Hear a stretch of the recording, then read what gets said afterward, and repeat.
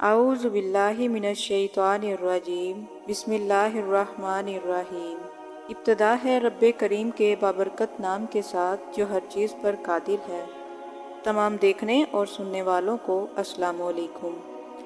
آج کی ویڈیو میں ہم حضرت فاروق اعظم رضی اللہ تعالیٰ عنہ کی شہادت کا واقعہ بیان کریں گے۔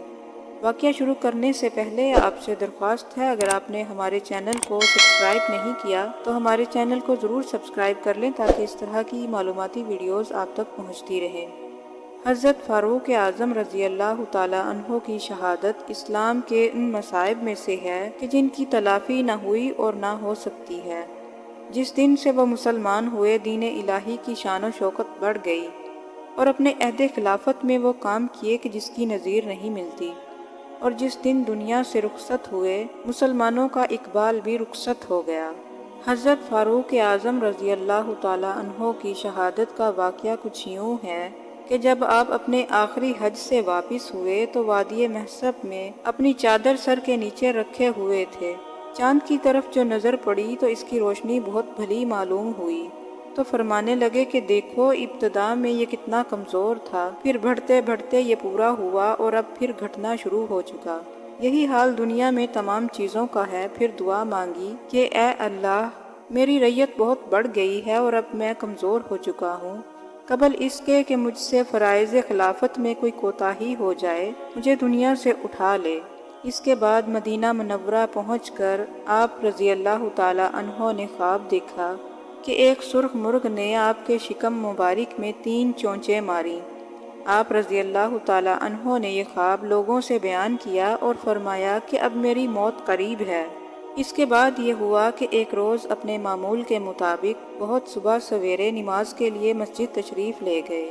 اس وقت ایک درہ آپ رضی اللہ تعالیٰ عنہ کے ہاتھ میں ہوتا تھا اور سونے والوں کو اپنے درہ سے جگاتے تھے۔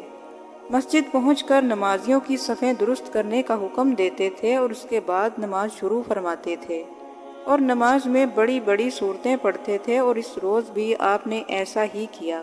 نماز ویسے ہی آپ نے شروع کی تھی، صرف تکبیر تحریمہ کہنے پائے تھے۔ ایک مجوسی کافر ابو لولو جو حضرت مغیرہ کا غلام تھا اور ایک زہر آلود خنجر لیے مسجد نبوی کی محراب میں چھپا ہوا بیٹھا تھا۔ اس نے آپ رضی اللہ تعالیٰ عنہ کے شکم مبارک میں 3 زخم کاری اس خنجر کے لگائے۔ آپ بے ہوش ہو کر گر گئے اور حضرت عبد الرحمن بن عوف نے آگے بڑھ کر امامت سنبھالی اور نماز مختصر پڑھا کر سلام پھیر دیا۔ ابو لولو نے چاہا کہ کسی طرح مسجد سے باہر نکل کر بھاگ جائے، مگر نمازیوں کی صفیں مثل دیوار کے حائل تھیں، ان سے نکل جانا آسان نہ تھا، لہٰذا اس نے ان صحابیوں کو بھی زخمی کرنا شروع کر دیا اور 13 صحابی زخمی ہوئے، جن میں 7 صحابیوں نے جام شہادت نوش کیا۔ اتنے میں نماز ختم ہو گئی اور ابو لولو کو پکڑ لیا گیا۔ جب اس نے دیکھا کہ میں گرفتار ہو چکا ہوں تو اسی خنجر سے اس نے اپنے آپ کو ہلاک کر لیا۔ اتنا عظیم و شان واقعہ ہوا مگر کسی مسلمان نے نماز نہیں توڑی۔ نماز پورے اطمینان کے ساتھ ختم کی گئی۔ نماز کے بعد حضرت فاروق اعظم رضی اللہ تعالیٰ عنہ کو لوگوں نے اٹھا کر ان کے مکان تک پہنچایا۔ تھوڑی دیر کے بعد آپ رضی اللہ تعالیٰ عنہ کو ہوش آیا اور آپ نے فجر کی نماز اسی حالت میں ادا کی۔ سب سے پہلے آپ رضی اللہ تعالیٰ عنہ نے سوال کیا کہ میرا قاتل کون ہے؟ حضرت ابن عباس رضی اللہ تعالیٰ عنہ نے کہا کہ ابو لولو، مجوسی کافر۔ یہ سن کر آپ رضی اللہ تعالیٰ عنہ نے تکبیر ایسی بلند آواز سے کہی کہ باہر تک آواز سنائی دی گئی اور فرمایا کہ اللہ کا شکر ہے کہ ایک کافر کے ہاتھ سے مجھے شہادت ہوئی۔ یہ ابو لولو ایک مرتبہ حضرت فاروق اعظم رضی اللہ تعالیٰ عنہ کی خدمت میں یہ شکایت لے کر گیا تھا کہ میرے مالک نے مجھ پر محصول زیادہ باندھ دیا ہے، آپ اس میں کچھ کمی کروا دیجئے۔ آپ نے محصول کی تعداد دریافت کی اور پوچھا کہ تو کیا کام کرتا ہے؟ اس نے کہا میں چکی بناتا ہوں۔ آپ نے فرمایا کہ اس کام کا کرنے والا عرب میں تیرے سوا اور کوئی نہیں، لہٰذا یہ محصول کام کے لحاظ سے زائد نہیں ہے۔ پھر آپ نے فرمایا کہ ایک چکی ہمارے لیے بھی بنا دے۔ اس نے کہا بہت اچھا، آپ کے لیے ایسی عمدہ چکی بنا کے دوں گا کہ تمام دنیا میں اس کی شہرت ہوگی۔ آپ رضی اللہ تعالیٰ عنہ نے فرمایا کہ دیکھو یہ غلام مجھے قتل کی دھمکی دیتا ہے، اور کسی نے کہا امیر المومنین آپ حکم دے تو ابھی اس کو گرفتار کر لیا جائے۔ آپ رضی اللہ تعالیٰ عنہ نے فرمایا کیا جرم سے پہلے سزا دی جا سکتی ہے؟ اسی وقت سے ابو لولو نے ایک خنجر بنایا اور اس کو زہر میں بھجانا شروع کیا اور اسی فکر میں رہا۔ حضرت فاروق اعظم رضی اللہ تعالیٰ عنہ کے اس حادثے کی خبر نے تمام مدینہ میں کوہرام برپا کر دیا۔ تمام مہاجرین اور انصار آپ کو گھیرے ہوئے بیٹھے تھے اور کہہ رہے تھے کہ کاش ہماری عمریں آپ رضی اللہ تعالیٰ عنہ کو لگ جائیں اور آپ ابھی اسلام کی خدمت کے لیے قائم رہے۔ دوا و علاج کی بھی کوششیں کی گئی مگر کوئی تدبیر کارگر ثابت نہ ہوئی۔ جب صحابہ کرام کو یہ معلوم ہوا کہ آپ کی توقع نہیں ہے، اس وقت عجیب حالت سب کی تھی۔ سب نے جا کر آپ رضی اللہ تعالیٰ عنہ سے کہا کہ امیر المومنین اللہ تعالیٰ آپ کو جزائے خیر دے، آپ نے کتاب اللہ کی پیروی کی اور حضرت صلی اللہ علیہ وآلہ وسلم کی سنت پر عمل کیا۔ اس کے بعد آپ نے حضرت صہیب رضی اللہ تعالیٰ عنہ کو اپنی جگہ پر امام نماز بنایا اور فرمایا کہ میرے بعد 3 دن کے اندر اندر خلیفہ کا انتخاب کر لینا۔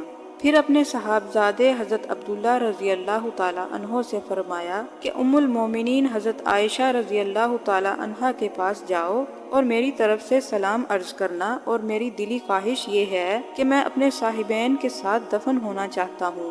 اگر اس میں آپ کو کچھ تکلیف یا نقصان ہو تو پھر جنت البقیع میرے لیے بہتر ہے۔ چنانچہ حضرت عبداللہ بن عمر رضی اللہ تعالیٰ عنہ گئے اور ام المومنین کو یہ پیغام پہنچایا۔ انہوں نے فرمایا کہ وہ جگہ تو میں نے اپنے لیے رکھی تھی مگر میں ان کو اپنے اوپر ترجیح دیتی ہوں۔ جس وقت یہ خوشخبری حضرت عبداللہ بن عمر نے حضرت عمر رضی اللہ تعالیٰ عنہ کو پہنچائی تو آپ بہت خوش ہوئے اور کہنے لگے اللہ کا شکر ہے کہ میری سب سے بڑی خواہش یہی تھی، وہ بھی اللہ نے پوری کر دی۔ اس کے بعد پھر نزع کی حالت شروع ہو گئی اور اسی حالت میں ایک نوجوان آپ کے پاس آیا جس کی آزار ٹخنوں سے نیچے تھی۔ آپ نے فرمایا اے بھتیجے آزار ٹخنوں سے اونچی رکھا کرو، اس میں کپڑا بھی صاف رہتا ہے اور خدا تعالیٰ کی اطاعت بھی ہے۔ جب آپ کا جنازہ لایا گیا تو حضرت علی رضی اللہ تعالیٰ عنہ نے فرمایا مجھے پہلے سے یہی خیال تھا کہ آپ دونوں کا مدفن بھی رسول خدا صلی اللہ علیہ وآلہ وسلم کے ساتھ ہوگا، کیونکہ میں سنا کرتا تھا کہ حضرت صلی اللہ علیہ وآلہ وسلم ہر بات میں اپنا ذکر کرنے کے بعد آپ دونوں کا ذکر کیا کرتے تھے۔ اور حضرت علی نے فرمایا کہ میں خدا سے دعا مانگتا تھا کہ یا اللہ جیسا نامہ اعمال عمر بن خطاب رضی اللہ تعالیٰ عنہ کا ہے میرا نامہ اعمال بھی ایسا ہی ہو۔ حضرت عمر بن خطاب رضی اللہ تعالیٰ عنہ 27 ذی الحجہ بروز 4 شنبہ کو زخمی ہوئے اور 5ویں یکم محرم کو بروز یکشنبہ بعمر 63 سال رحلت فرمائی۔ حضرت صہیب رضی اللہ تعالیٰ عنہ نے نماز جنازہ پڑھائی اور خاص روضہ رسول صلی اللہ علیہ وآلہ وسلم میں حضرت ابوبکر صدیق رضی اللہ تعالیٰ عنہ کے پہلو میں آپ رضی اللہ تعالیٰ عنہ کی قبر مبارک بنائی گئی۔ اس روضہ مقدسہ کے اندر صرف 3 قبریں ہیں، ایک رسول خدا صلی اللہ علیہ وآلہ وسلم کی اور دوسری ابوبکر صدیق رضی اللہ تعالیٰ عنہ کی اور تیسری حضرت عمر فاروق رضی اللہ تعالیٰ عنہ کی۔ حضرت صدیق رضی اللہ تعالیٰ عنہ کا سر مبارک اپنے آقائے نامدار حضرت محمد صلی اللہ علیہ وآلہ وسلم کے شانہ اقدس کے برابر ہے، اور حضرت عمر فاروق رضی اللہ تعالیٰ عنہ کی قبر مبارک پائنتی کی جانب ہے۔ اللہ تعالیٰ آپ پر اپنی رحمتیں نازل فرمائے، آمین۔